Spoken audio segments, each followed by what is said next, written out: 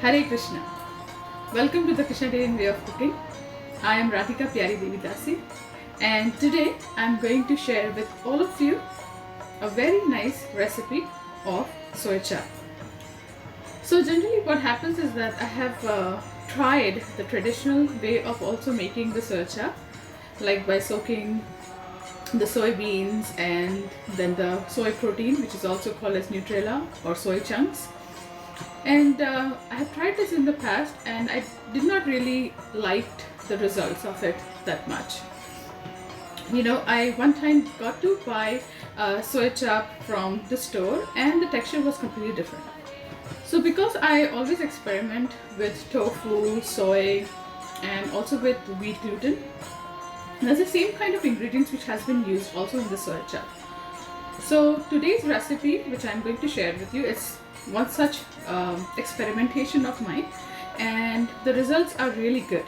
So these ingredients which I'm going to use, they are, I don't know if in India they will be locally available or not, or might be they will be, like you can find the grains like the soybeans and then you can powder them, or you can find the soy flour and the soy protein. But I know that these ingredients are available online, and for them I will be sharing the link in the description. These ingredients will reduce also the time of your preparation for the soya chaap, and also it is a very good investment because the quantity which you receive, you can make a lot of batches of it and store it. So today's three primary ingredients which we are going to use is the soy flour, and then there is soy protein, and then there is vital wheat gluten. So that is the primary ingredient which also is used in the traditional soya chaap recipe which they use, but they use a lot of all-purpose flour, and the purpose of it is to get it stretched out and also remove the gluten out of it along with the soy protein. So I will show you a method where it is going to be amazingly stretchy and will have almost the same texture of the store-bought soya chaap. And I will be sharing with you the frying of the soya chaap with the seasoned mixture and also the gravy part of it. So let's look into the recipe. First ingredient, we're going to take the soybean flour. That I'm going to add nearly 2 tablespoons of it. The next ingredient is the soy protein. Usually in the traditional soya chaap recipe, it is actually the soy protein, which is also called as Nutrella, which is used. I'm going to use that 2 tablespoons of it. And then lastly, I'm going to use vital wheat gluten, this is the gluten which is derived from the all-purpose flour or the wheat flour. I'm going to take 4 tablespoons of it. Now I'm going to mix everything well nicely and then add gradually warm water to it and knead it into a nice soft dough.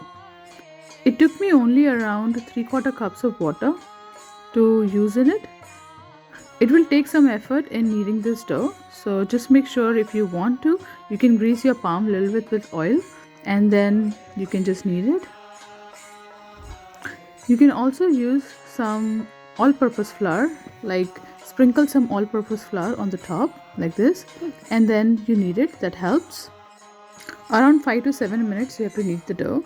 Then sprinkle some flour and then also spread some oil and then stretch it into thin layers like this. There's some ice cream sticks which I bought, and then rolling it, folding it like this. Wrap each strip in this manner, or you can even wrap it more close to each other.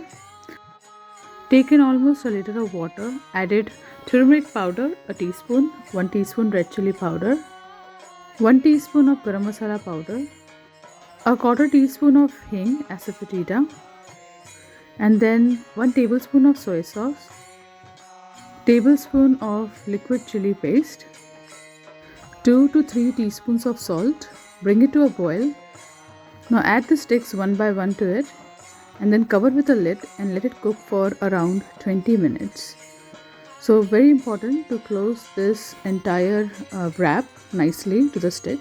That is why always tuck it in whenever there is an open end so it doesn't open up. So now here I have ice water. After 20 minutes of cooking the soy chap. I will be adding it to this for just 2 to 3 minutes. And now I'll remove the soy chap on the plate, and this is how stretchy it is.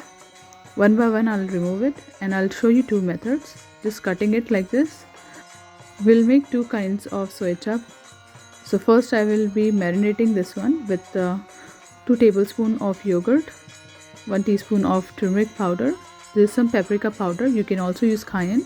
So I've used nearly half tablespoon of it because it's not that spicy.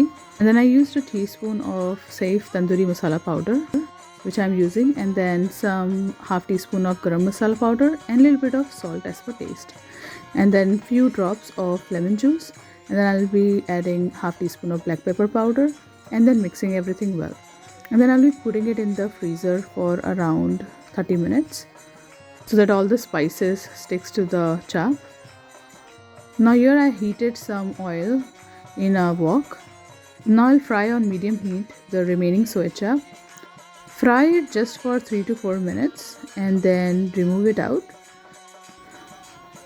Once it starts turning a little bit golden, remove it out on a plate. I'll be air frying this tandoori chap. I'll do it on 350 Fahrenheit for 15 to 20 minutes. You can also bake it. In a saucepan, I took 2 tablespoons of oil, heated on a medium temperature, and then added a teaspoon of mustard seeds. It started spluttering, and then I added few curry leaves and then a little bit of asafetida hing, nearly quarter teaspoon, and then 2 sticks of chopped celery. Now if you don't have celery, you can also use cabbage. Covering it with a lid and cooking on low heat for around 4 to 5 minutes. Once you see the color changing to golden brown, then add 2 medium-sized chopped tomatoes.